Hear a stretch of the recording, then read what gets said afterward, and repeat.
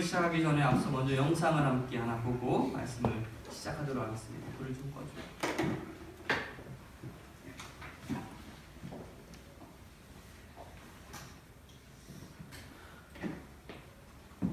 다섯 번째로 칭찬을 하는데도 요령이 있다는 것은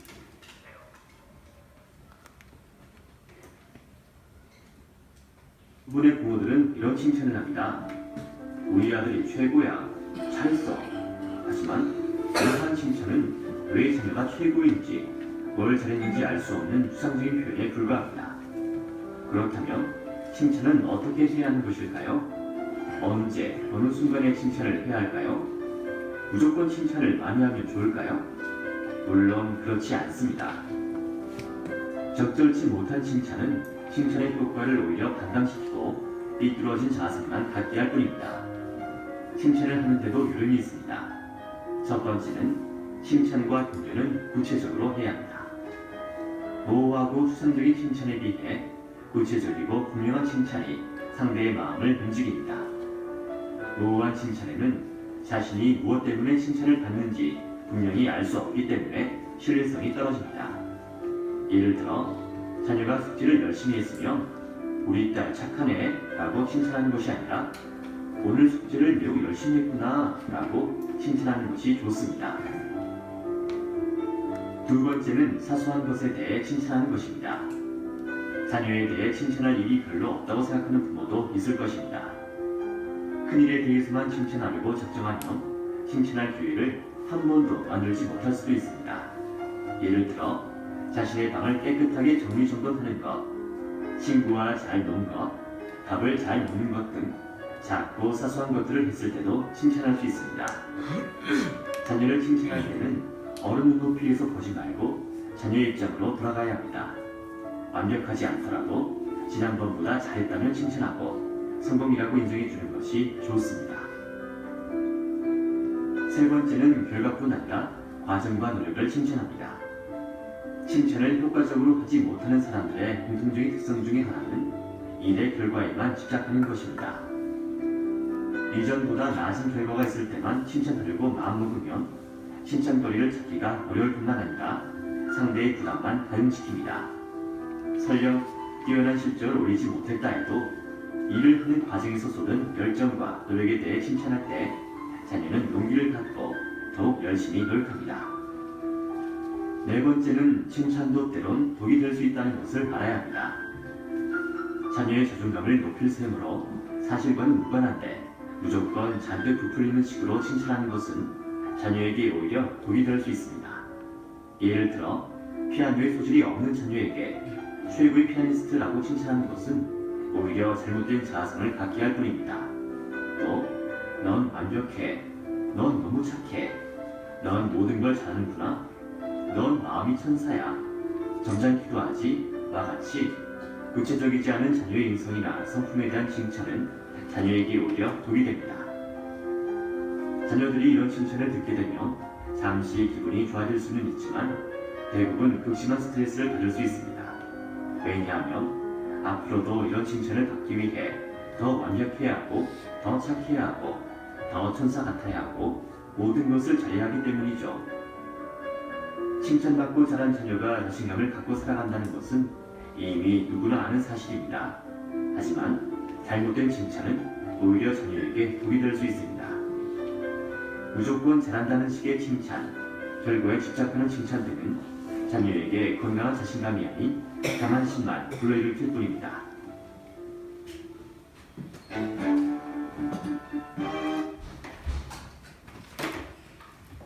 이 동영상을 틀어준 이유가 있습니다. 오늘 주제가 한번 따라합시다. 격려하고 이어주는 리더.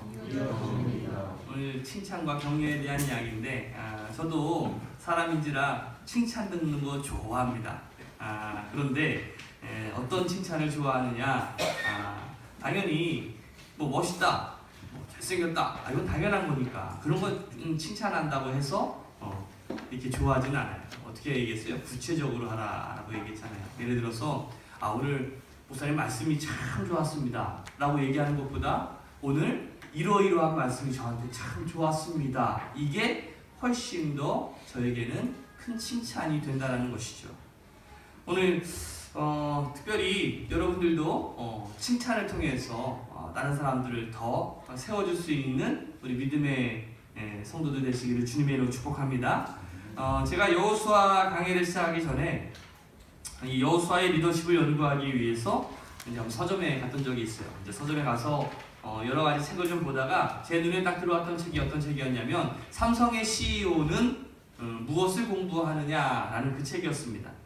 삼성의 CEO들이 수요일에 오전에 한 번씩 이 시대의 최고의 전문가들을 초청을 해가지고 강연을 들었던 내용들을 엮은 책이었어요. 근데 그 중에서 제 마음속에 참 와닿았던 책은 와닿았던 내용은 뭐였냐면 그 밀레니엄 심포니 그 오케스트라 그 지휘자였던 그 서희태 씨가 이야기했던 내용 가운데 이런 얘기였어요. 최고의 팀 워크를 이끌어내는 마에스트로 리더십. 그러니까 지휘자에 대한 리더십을 얘기를 하는데 5명의 사람을 들더라고요. 뭐 그 중에 다 소개할 수는 없지만 제 마음에 와닿았던 사람은 누구였냐면 레너드 번스타인이라고 하는 지휘자의 칭찬 리더십을 소개했었어요.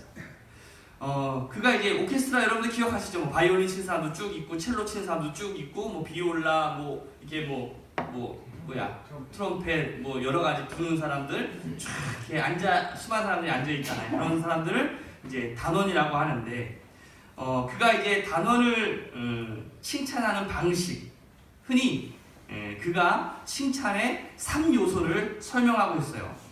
여러분 꼭 기억했으면 좋겠어요. 첫 번째가 뭐냐면 공개적으로 해라. 두 번째로 구체적으로 해라. 세 번째로 즉시 해라. 첫 번째 뭐라고요? 공개적으로. 두 번째 뭐라고요? 구체적으로. 세 번째 뭐라고요? 즉시 해라.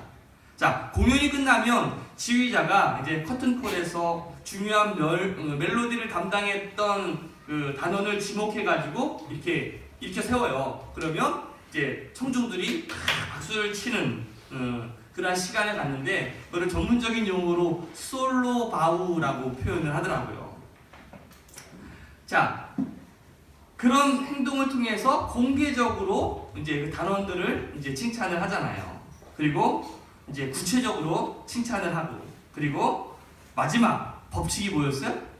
즉시 하라. 근데 그 당시 즉시 이렇게 칭찬하는 것은 쉽지 않잖아요. 근데 레너드 번스타인이 하는 방식은 뭐냐면 눈을 마주치는 거예요. 그 단원들에게. 그러니까 어떤 중요한 멜로디를 담당하고 있는 단원들에게 눈을 마주치면서 이렇게 미소를 싹 지어주는 거죠. 잘했어. 그 미소를 지으면 그 사람이 어때요? 뿌듯해. 제가 막 눈치를 주잖아요, 여러분들. 어떤 졸린 사람이 있으면 딱 그래가지고 이러면 벌써 정신 차려라 이런 얘기고, 말씀 잘 듣는 사람한테 보면 이렇게 하고 웃어주면은 막 빨려들잖아, 그렇죠? 안 그렇습니까? 이 번스타인이 멜로디를 연주하는 단원과 눈을 마주치면서 연주자에게 미소를 보내고 또 고개를 탁 끄덕여주면서 잘했어 라고 했을 때 그 연주자는 거기에 대한 대답으로 더 열심히 연주를 하는 걸로 보답을 하게 마련했죠. 그래서 단원들이 특별히 다른 지휘자들보다도 이 레너드 번스타인과 같이 연주를 하는 것을 그렇게 좋아했다라는 이야기가 있어요. 지도자는요, 칭찬해야 됩니다. 여러분들이 지도자가 되고 싶으신 분들은요, 칭찬을 잘 해야 돼요. 어떻게요? 공개적으로, 구체적으로, 즉시. 그럼 여호수아는 어떻게 했을까요? 여호수아도 공개적으로, 구체적으로, 즉시 칭찬을 하는 모습을 우리는 보게 됩니다. 이제 여호수아서에 보면 이 여호수아가 이스라엘 백성들을 이끌고 하나님이 약속하신 그 가나안 땅을 정복했어요. 그리고 12지파에게 땅을 분배를 하게 됩니다. 그리고 이제 세 지파를 부릅니다. 세 지파가 누구냐면 르우벤 지파, 갓 지파, 므낫세 지파, 이 세 지파를 불러서 이렇게 얘기하는 거예요. 우리가 이제 방금 읽었던 1절 말씀을 보시면 그때에 여호수아가 르우벤 사람과 갓 사람과 므낫세의 반쪽 지파 사람들을 불러놓고 뭐라고 얘기를 하느냐? 자, 칭찬을 해요. 그런데 그 칭찬이 그냥 입에 발린 칭찬이 아니라, 예를 들어서 보통 우리가 입에 바르는 칭찬이 있잖아요. 어우 이쁘다. 오늘 뭐 했길래 그렇게 이뻐. 아 감동도 없어. 그쵸? 뭐가 이쁜지 도대체 얘기도 안 해. 그쵸? 근데 여자들만의 그런 특이한 칭찬들이 있잖아. 어머 지집애 왜 이렇게 살 빠졌어. 그치? 살 빠졌다라는 게 이쁘다라는 말랑 똑같은 말이더라고. 아 내가 이제 알았어요. 그쵸? 막 끄덕끄덕거려. 어우 지집애 오늘 화장 잘 받았다. 막 이런 것들. 전혀 공감이 안 되는 남자들. 야 앞머리 왜 그냥 잘랐어. 막 이런 거. 그쵸? 남자들은 아무리 봐도 몰라. 앞머리를 잘랐는지 앞머리를 이렇게 꼬부렸는지 앞머리를 이렇게 뭐죠 이렇게? 뭐 하나 이렇게 끼는 거 있잖아. 네? 롤, 그쵸? 롤로 말아가지고 야 잘 말렸다 뭐 이런 것들 남자들은 아무리 봐도 모르는데 여러분들 제 모습이 바뀐 거 아십니까? 헤어스타일이 조금 바뀌었죠. 헤어스타일만 바뀌었는지 아세요? 아 이게 반응이 없어요. 이래서 사람들이 이게 여자들이 왜 그렇게 앞머리에 집착하는 이유인 줄 알겠어. 그게 마치 자기에 대한 관심이 있는 것 같은데 제가 약간 염색을 했어요. 이거를 로우 라이트라고 하더라고요. 전체적인 염색이 아니라 그냥 티가 안 나게 흰머리가 지난주 오늘 영상이 나오는데 지난주 영상과 오늘 영상을 비교해 보세요. 검은 머리에 개체수가 달라졌어요. 그러니까 이런 작은 변화와 그런 것들에 대한 관심으로 우리가 칭찬을 할 때 사람들은 반응을 하게 되고 거기에 대해서 그렇게 하게 되죠. 오늘 여호수아가 그들에게 이렇게 이야기합니다. 우리 2절과 3절 말씀 같이 한번 볼까요? 같이 읽습니다. 시작. 그들에게 이르렀다.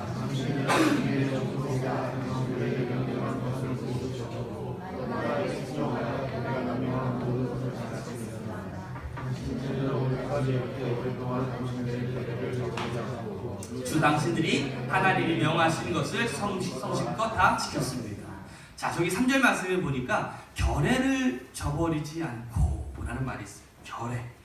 이 젊은이들이 요즘에 그 결례라는 말을 잘 이해하지는 못할 텐데, 그런데 이 결례를 저버리지 않았다라는 게 오늘날로 치면 이런 거예요. 의리를 지켰다라는 말이랑 똑같은 말이라고 할 수 있을 텐데, 여러분들 우리가 여호수아서를 한번 되짚어 보면 여러분들 기억나십니까?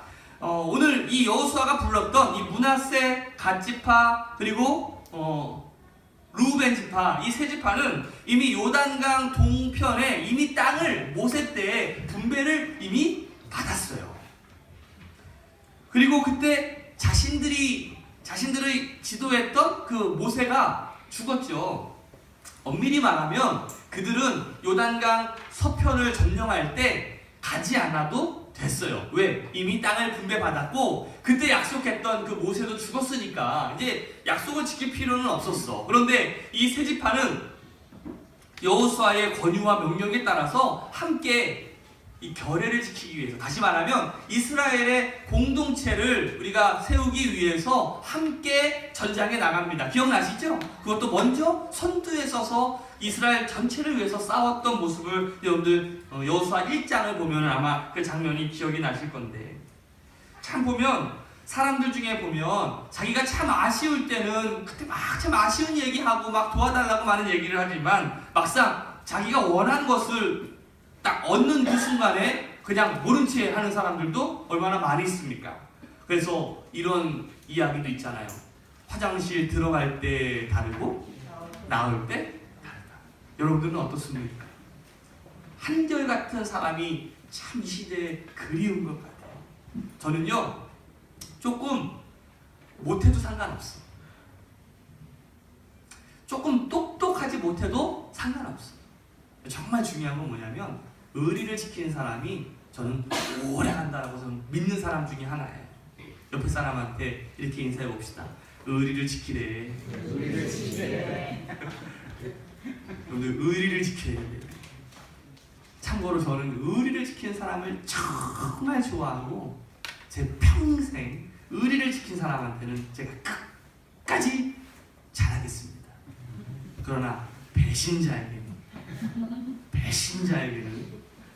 응아 옆에 사람한테 다시 한번 이렇게 인사했어요. 배신하면 죽는데. 요단 동편의 이 세 지파는 무려 7년이나 집으로 돌아가지 않고 그 가나안 서편까지 점령하는데 가나안 족속들과 싸우면서 다른 사람들, 내 동포들, 내 민족들이 정착하는데 도움을 주게 되지요. 사실 오늘날 우리들의 모습, 지금 우리가 살고 있는 이 대한민국의 모습을 보더라도 도무지 이해가 되지 않는 모습이라고 생각할 수가 있을 거예요. 참 실용적이지 못한 거 아니겠습니까? 참 바보 같은 거 아니겠습니까? 몇 년 전이었는지는 모르겠는데 의학 분쟁이 일어났었잖아요. 그래가지고 의사들이 진료는 의사에게, 약은 약사에게 굉장히 절차가 많이 까다로워졌잖아요. 그때 사실 의사들이 그 의학 분쟁이 일어났을 때 이제 진료를 하지 않고서 이제 그냥 파업을 했습니다. 그때 제일 피해를 본 사람은 누구였습니까? 의사들이었어요? 아니죠. 바로 우리들 국민들이었죠. 이 병원 의사들이 파업하는 바람에 환자들이 많은 고통에 빠졌어야 됐고요. 사실 원래 의사와 약사는요, 이 환자의 병을 치료하기 위해서 합력해야 되는 사람이지만 이렇게 중요한 역할을 하는 사람들이 왜 분쟁하고 서로 싸우게 되었습니까? 다 자신의 요거 때문에 아니겠습니까? 이익 때문이잖아요. 오늘 우리들의 모습을 보면 조금만 손해보면 그냥 머리띠 들고 나가지고 막 데모하는 게 바로 우리들의 모습이라고 할 수가 있을 텐데, 근데 무려 7년이나 자신들을 위해서가 아니라 다른 지파들을 위해서 애썼다라는 것, 싸웠다라는 것, 그것은 쉬운 일이 아닙니다. 그들은요, 자신들의 지파를 넘어서 이 민족이라고 하는 것 하나, 이스라엘이라고 하는 이 공동체, 다시 말하면 내가 하나님의 백성이라는 의식을 가지고 살았다라는 것이죠. 여기에 대해서 여호수아는 이 세 지파를 이제 불러서 그들을 칭찬하고 격려한 다음에, 축복한 다음에 그들에게 이 두 가지 선물을 줘요. 첫 번째 뭐냐면 칭찬과 격려로 축복하는 모습을 보게 됩니다. 진정한 사랑은요, 한번 따라합시다. 표현해야 사랑이다. 내가 사랑하는 거 알지? 끝. 특히 한국 사람들은 이 사랑을 표현하는 거에 대해서 굉장히 서툰데 꼭 기억해야 되는 게 있어요. 말을 해야 알아. 시작. 말을 해야 알아요. 다 아는 게 아니라 말을 해야지 아는 거예요. 사랑하게 되면 상대방에게 무언가를 막 주고 싶어 합니다. 그런 거 경험해 보셨습니까? 그냥 막 주고 싶어요. 자신을 따르는 사람들을 진정으로 사랑하는 리더는 그들에게 무언가를 자꾸 주고 싶어 하고, 뭔가 가르치고 싶어 하고, 함께 있고 싶어 하고 그러죠. 이 여호수아가 이 세 지파에게 주었던 선물은요, 바로 축복과 격려의 말이었어요. 리더의 사명 가운데 빼놓을 수 없는 것이 바로 자기를 따라오는 그 팔로워들을 축복하고 격려하고 사랑하는 거예요. 새로운학교 성도들 여러분들이 진정으로 축복하고 격려하는 그런 성도가 되시기를 주님의 이름으로 축복합니다. 1988년도인가요? 그 갤럽 조사기관에 있었던 그 도널드 클리프톤이라고 하는 박사님이 이런 연구를 했어요. 관중석에 이제 스포츠 선수의 가족이 있는 사람과 그렇지 않은 사람의 그 경기력을 이제 연구를 한 결과가 있더라고요. 그러니까 내가 운동선수면 이제 A라고 하는 사람이 있고 B라고 하는 사람이 있어요. 근데 A라고 하는 스포츠 선수의 부모가 저 관중석에 와서 막 응원을 하고 있는 거예요. 근데 B라고 하는 이 사람에게는 아무도 오지 않았어. 그러면 여러분들 물어보나 말 아니겠습니까? 어떤 사람, A와 B 이 둘 중에 어떤 사람의 경기력이 훨씬 더 높았을까요? A였어요. 자신을 응원하려 온 그 가족이 있는 스포츠 선수의 경기력이 그렇지 못한 사람보다 월등하게 앞서 있었다는 거죠. 그러니까 나를 아끼고 사랑해주는 그 응원과 칭찬과 격려가 바로 그 선수에게 강한 정신력의 원천이 되었다는 거죠. 제가 사실 우리 서초 지방 내에 제가 석이에요. 지방 석이라 사실 이제 2월 14일 날 서초 지방회가 있어가지고 제가 엄청 바쁩니다. 설도 껴있고 해가지고 준비해야 되는 일들이 너무너무 많아요. 제가 30개 교회를, 우리 지방내가 30개 교회가 있는데 30개 교회에 있는 모든 지방회원들을 정리하고 이제 회의록을 만드느라고 막 요즘에 막 정신이 너무너무 없었어요. 그래서 뭐 교회 일도 준비해야 되고 또 신방도 이제 개인적으로 하다 보니까 뭐 신방이 왜 이렇게 많은지 모르겠어. 그렇죠? 거의 지금 한 60% 정도 이제 신방이 진행되고 있는데 가서 같이 막 함께 이야기하고 또 설교 준비도 하고 막 하느라고 정신도 없고, 어제는 우리 청년들 관리도 해줘야 되잖아. 청년들이랑은 어떤 관리 해줘야 돼요? 함께 놀아주고 같이 밥 먹어주고 얼마나 피곤한지 몰라요. 그래도 해야 돼 안 해야 돼? 해야죠. 왜냐면 서비스니까. 걔네들이랑 같이 놀라면 그리고 어른들이랑 놀면은 내 돈 나갈 게 없는데 청년들이랑 놀면 내 돈이 나가. 들으라고 한 얘기는 아니고 나중에 다 갚아라. 아무튼 하여튼 뭐 시간을 보내는 건 쉬운 일은 아닙니다. 그래서 어저께도 거의 밤을 샜어요. 그런데 밤새면서도 기뻤던 적은 이번 주가 얼마나 기뻤는지 몰라요. 제가 공주를 갔다 왔나요? 그때 공주를 갔다 와가지고 이제 치킨을 시켜 먹었대요. 나만 빼고 소희가 이제 치킨이 먹고 싶다고 치킨을 이제 시켜서 이제 먹으러 갔어요. 그때 이제 그 전에 우리 수련회 갔을 때 그 미탄에 있던 교회 목사님이 우리 저기 놀러 오셔가지고 서울에 왔는데 아는 사람이 나밖에 없는 거야. 근데 제가 그날 하필이면 공주에 가니까 얼마나 서운해. 그래도 선배가 있는데 그냥 한번 비비려고 왔는데 내가 없으니까. 왜요? 선배가 있으면 와서 우리 청년들한테 뭐 자기네들 데리고 온 사람들한테 밥이라도 한 끼 사면은 이렇게 어깨가 이렇게 들썩하잖아요. 나 이런 선배, 서울에 이런 선배 있어. 그쵸? 뭐 얼마나 기분 좋아. 근데 제가 없으니까. 그런데 다행히 우리 집사님들이 방도 얻어주고 치킨도 사주고 해가지고 제가 얼마나 제 그 면이 섰어요.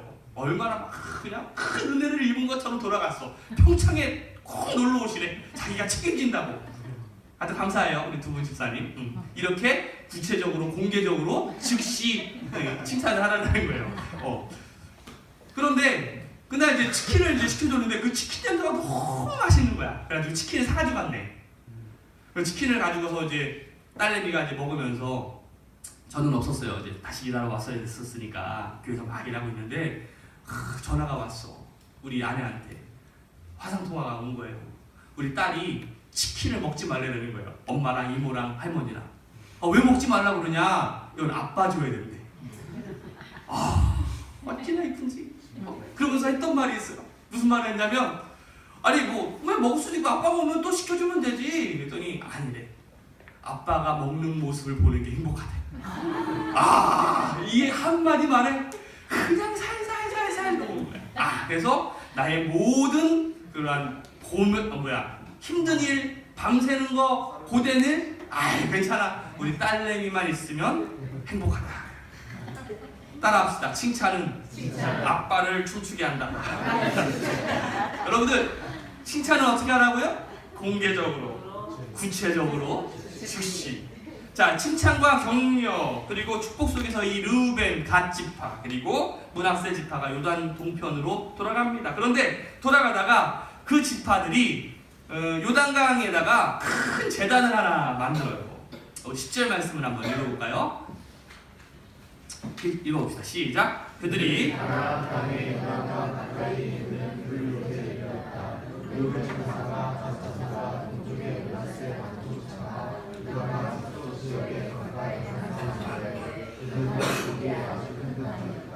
아멘. 자, 그런데 이게 문제의 발달이 됩니다.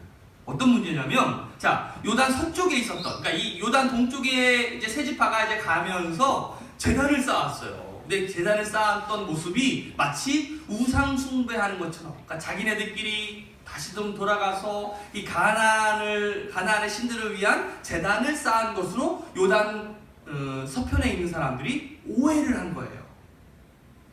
근데 사실 그것은 우상 숭배가 아니라 이제 요단 동편과 요단 서편의 이스라엘 민족이 이제 갈리게 되니까 이제 후대에 있는 자신들의 후손들이 이제는 세월이 지난 후에 서로 그냥 동쪽에 있는 사람, 서쪽에 있는 사람들이 이 요단강 때문에 서로 나뉘면서 서로 왕래하지도 않고 서로 마치 한 하나님을 섬기면서도 그냥 이스라엘의 경계가 요단강이니까 이제 건너편은 이스라엘이 아니다라고 이야기할까봐 이제 자기를 이제 소외시키면 어떡하나. 왜? 그래도 예루살렘이 요단 동쪽에 있어요? 서쪽에 있어요?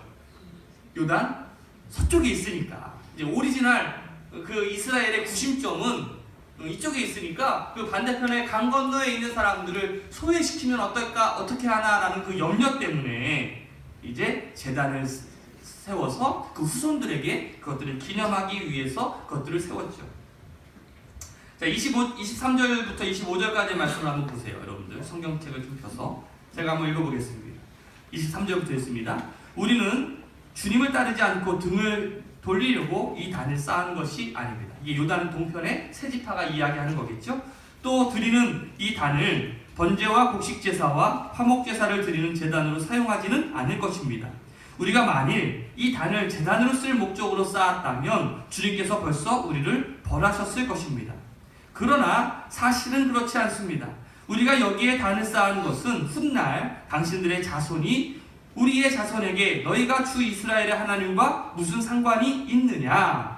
너희 르우벤 자손과 갓 자손아, 주님께서 우리와 너희 사이에 요단강을 경계선으로 삼으셨으니 너희는 주님에게서 받을 몫이 없다 하고 말하면서 당신들의 자손이 우리의 자손을 막아서 주님을 경외하지 못하게 할까 염려가 되어서 이 단을 쌓았다라고 이야기하고 있어요.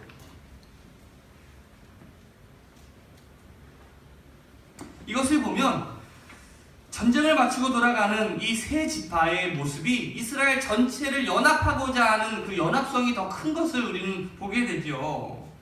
그럼에도 불구하고 이들은 참 정말 쓸데없는 걱정을 한 것입니다. 여호수아가 가기 전에 이스라엘 백성의 그 세 지파를 축복하면서 가서 하나님 말씀에 잘 순종하고 하나님 말씀을 잘 지키면서 살아라 라고 축복하면서 보냈어요. 그러면 가서 여호수아의 말씀대로 하나님 잘 섬기고 잘 축복하면서 살아가면 되지, 앞으로 일어나지도 않을 일을 미리 염려해가지고 걱정하면서 제단을 쌓아서 이러한 사단을 내게 된 거잖아요. 오늘 우리들의 모습도 마찬가지예요. 여러분들, 우리도 참 오지랖이 넓어가지고 아직도 일어나지 않을 일들을 미리 염려하고 고민하면서 앞서가다가 다른 사람들에게 오해를 산 적이 얼마나 많이 있어요. 마치 이런 얘기입니다. 어떤 A라고 하는 사람과 B라고 하는 사람이 이제 연애를 하는데 A라고 하는 남자가 항상 걱정하고 있는 거야. 뭘 걱정하고 있어? 헤어지면 어떻게 그 다음에 어떻게 해야 되는지를 계속 얘기하는 거야. 만날 때마다 이렇게 합니다. 우리가 만약 헤어지면 우리는 깨끗하게 서로 물건들 준 것들은 서로 나눠받자. 그리고 서로 만약에 신용카드를 쓴 게 있으면 할부는 다시 돌려받는 걸로 하자.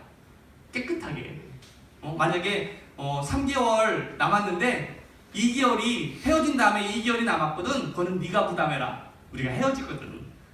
이런 거랑 똑같은 거라는 거죠. 아직도 일어나지 않을 일에 대해서 걱정하고 염려하면서 이러한 사단을 내었더라는 거예요. 25절 하반절 말씀처럼 염려가 되어서라고 하는 이 말, 우리가 꼭 기억해야 될 말인 것 같은데, 우리가 범하기 쉬운 잘못 가운데 하나는 쓸데없는 염려와 걱정 때문에 생기는 것이 많이 있습니다. 아직도 일어나지 않은 일인데 미리 상상하면서 불필요한 오해를 낳게 되는 일들이 굉장히 많이 있다는 거죠. 가만히 보면 많은 사람들이 오해에서 비롯한 싸움들을 많이 하는 것 같아요. 세상 사람들이 싸우면 그냥 한번 욕하고 야, 한잔해 하고 술 마시고 풀면 돼. 근데 교회에서 싸우면 그럼 주님이 오시기까지 해결이 안 나. 왜요? 이게 다 하나님의 뜻이라는 거야. 자기는 하나님의 뜻이래. 자기가 진리래. 참 걱정되는 경우가 많이 있는데, 가만히 보면 이 요단 동편의 이 세 지파도 참 억울할 수 있었을 거예요. 왜요? 자기네들이 7년 동안 그 요단강 서편에 있는 사람들을 위해서 싸워줬잖아. 그런데 은혜를 원수로 알고서 그냥 제단 하나 쌓았다고 우리와 전쟁할 것처럼 막 싸울 것처럼 막 몰려드니까 얼마나 서운했겠어요. 그런데 이 세 지파는요, 탁월한 선택을 합니다. 그 가운데 중요한 역할을 했던 사람이 있어요. 여러분 30절 이하의 말씀을 우리가 봐야 되는데, 여호수아 22장 30절 말씀에 한번 보세요. 제사장 누구요? 비느하스와. 자, 이 비느하스라고 하는 사람이 중요해요.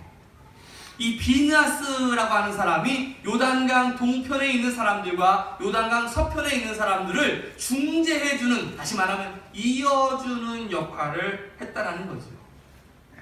리더는요, 사람들을 이어주는 사람이에요. 그래야 공동체가 하나가 될 수 있어요. 어떤 사람을 보면 그 갈등하고 있는 사람들을 더 싸우게 하는 사람들이 있어. 그래 안 그래요? 그리고 어떤 사람들을 보면 이 사람들의 문제를 해결하는 사람들이 있고, 또 어떤 사람들을 보면 그냥 그러다 말겠지 하고 뒷짐지는 사람들도 있고요. 여러분들은 어떤 사람입니까? 우리 새로남교회 성도들은요, 오늘 비느하스와 같이 그 사람과 사람을 이어줄 수 있는 그런 매개체가 될 수 있는 우리 믿음의 사람들 되시기를 주님의 이름으로 축복합니다. 교회는요, 하나가 되어야 돼요. 근데 교회는요, 이미 하나가 되었어요. 왜요? 하나님이 한 분이시고 성령님이 한 분이시고 교회가 하나이기 때문에 우리는 이 가운데 들어오는 순간에 우리는 전체 하나가 되어 있는 거예요. 이미 되어 있다라는 거죠. 그런데 우리가 해야 할 일은요, 이미 하나가 되기 위해서 애쓰는 게 아니라 하나 된 것을 지키면서 살아가는 거예요. 어느 교회에 등산을 너무 좋아해가지고 주일 예배를 잘 빠지는 집사님이 있었어요. 몇 명이 되지 않는 남자 교인임에도 불구하고 이것 때문에 목사님이 참 속상했습니다. 가만 보면 목사가 뒤끝이 있어요. 안 오면 서운해. 야, 이놈의 어디 갔나, 뭐하나, 참 걱정이 많이 돼요. 부산에 가 있는 놈 때문에 걱정이 되는데 참 서운해. 그런데 어느 주일 교회에 참 중요한 회의가 있는 날인데 하필이면 그 집사님이 임원을 맡았는데 또 빠졌어요. 그를 잘 아는 친구 집사에게 이 목사가 어디 갔습니까? 라고 묻는데 어디 갔다라는 거야?